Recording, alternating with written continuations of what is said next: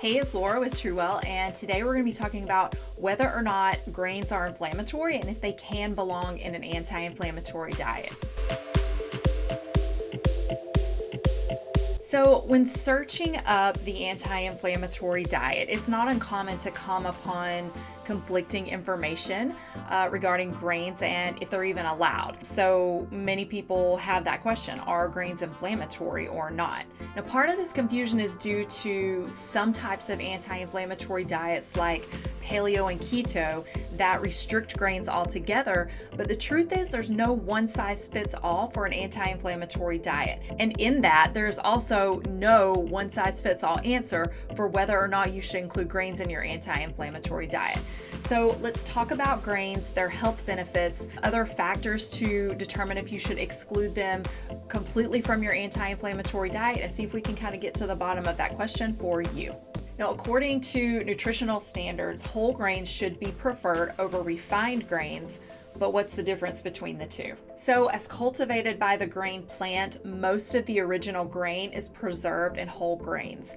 Grain that has been refined has had some of the outer coating or inner seed and most of the nutrients removed. The original grain components include fiber and other vital nutrients that are beneficial for you, but are completely eliminated during refining, which is why health experts recommend that individuals consume whole grains.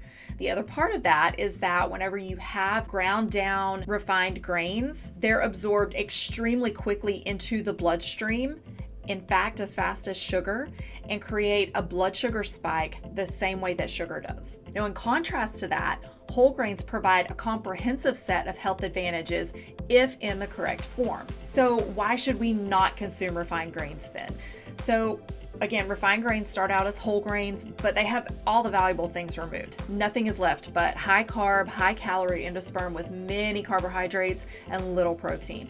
Also, because fiber and minerals have been removed, processed grains are really considered empty calories. They're also a staple ingredient in many processed foods and fried foods, which usually contain corn syrup or some other sugar derivative as the sweetener, all of which have been proven to promote inflammation. Since the carbohydrates have been separated from the fiber and then ground down into flour, the body's digestive enzymes can now readily reach them, and as a result, they're quickly broken down and can cause rapid rises in blood glucose levels, which again is pro-inflammatory. When grains are consumed in whole or cracked form, they do not lead to inflammation or damage to the intestine in people who do not have celiac disease.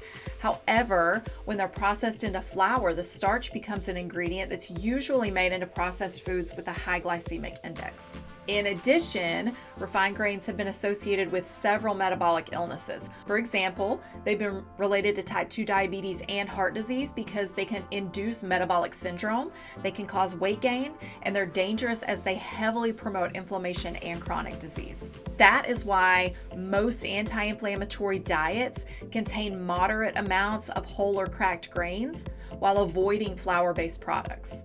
Okay, so who should actually avoid grains? So first and foremost, everyone should avoid refined grain foods. As far as whole grains, I recommend avoiding gluten-containing grains unless you have confirmed that you don't have any type of allergy, intolerance, sensitivity, or inflammatory reaction to gluten-containing grains. Now, I go so far to say this because if you do have an inflammatory condition or issue like this, leaky gut will only make your symptoms worse. And since gluten has been connected to leaky gut, the prudence lies in avoiding it until you've confirmed that there's no reaction. Now, that being said, there are several conditions that do make it necessary to avoid grains. Some of these may be specific to a particular type of grain, though. The first one of that is obviously celiac disease. Celiac is a severe autoimmune condition in which your small intestine and the villi are damaged, preventing you from absorbing nutrients from food due to your immune system's reaction to gluten. Gluten is a protein found in wheat and several other grains, and gluten causes inflammation damage to the small intestine in those with celiac disease. Celiac can also be triggered by rye, barley, and some oats in certain people, and that's because the oats can be contaminated by gluten-containing grains in the manufacturing process. Now, the only treatment for celiac is a lifelong gluten-free diet. Even a modest quantity of this protein can induce severe intestinal damage if you have celiac disease. Others that I recommend to be very prudent in consuming grains include those with metabolic disorders involving blood sugar. So people with insulin resistance, metabolic syndrome, PCOS, or diabetes should avoid processed and ground grains. This is because of, again, the lack of glycemic control that comes with consuming flour-based foods, even if they're whole grain. Making choices surrounding whole grains in smaller quantities can be helpful to get in some needed fiber, but only for those who are able to eat small quantities without it triggering overeating, which tends to be common in those conditions due to being hooked on sugar and carbs for long periods of time. Now, those with thyroid and or adrenal issues could also benefit from avoiding gluten-containing grains. These conditions are related to hormones, but can also develop into autoimmune conditions, which would also benefit from a gluten-free diet. Those with inflammatory bowel syndrome, IBS, or inflammatory bowel disease, IBD, may be particularly sensitive to grains, especially gluten-containing ones. There is a fair amount of cross-contamination in grains, making it really hard to avoid gluten in certain grains that are naturally gluten-free otherwise. And IBS and IBD tend to go hand in hand with leaky gut, which can cause nutrient deficiencies. Of note, however, it has been suggested that some people may actually be sensitive to fructans, FODMAPs, or lectins specifically, not just grains in general. So what about people that have an allergy, intolerance, or non-celiac gluten sensitivity?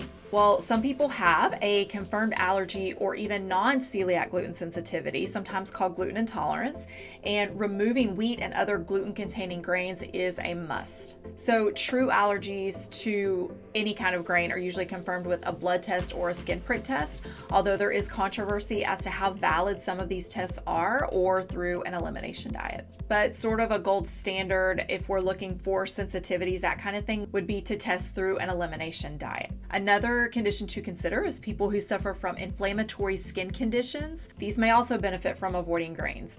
These may include eczema, psoriasis, and any other kind of related skin conditions. This is also one where an elimination diet will tell all. Again, the only true way to know if grains are affecting you and causing inflammation is to perform an elimination diet by eliminating all grain intake and adding back in one at a time. This is the best way to pinpoint if any one food or really entire food group doesn't agree with you. Okay, so if we're going to eat whole grains, then what form do we eat them in? So whether or not you decide to include gluten-containing grains, the best option is to stick with the intact or cracked grains, avoiding flours. Many foods have labeling that's extremely confusing and will state that it contains whole wheat flour when in fact it contains wheat flour as well, which is refined. Cooking the whole grain or just cracked grain is the best way to ensure that you're getting the fiber and nutritional benefits of grains without the inflammatory glucose spike and crash. Now, some examples of those would be barley, which does contain gluten, rice, all kinds except for the quick cooking kind, bulgur, millets, oats, steel cut or rolled, not the quick oats, wheat berries, which again contain gluten, and these are also available from einkorn wheat, which is said to not trigger some who feel sensitive to wheat, as they're from the ancient variety of wheat, farro and spelt, freekeh, sorghum, rye, which again contains gluten, and teff.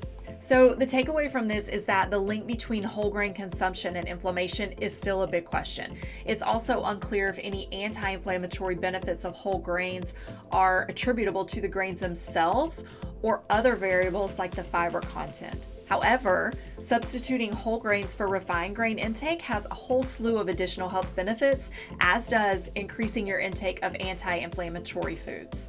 And then lastly, people that aren't negatively affected by whole grain foods should consume grains in whole or cracked forms, since ground grains, flours, comprise a really high glycemic index, leading to elevated blood sugar levels and inflammation. And for even more information, check out my anti-inflammatory diet for beginners video, which goes through all of the different questionable foods on these contradictory food lists and helps you get started quickly and easily on an anti-inflammatory diet. Be true, be well, and I'll see you in the next video.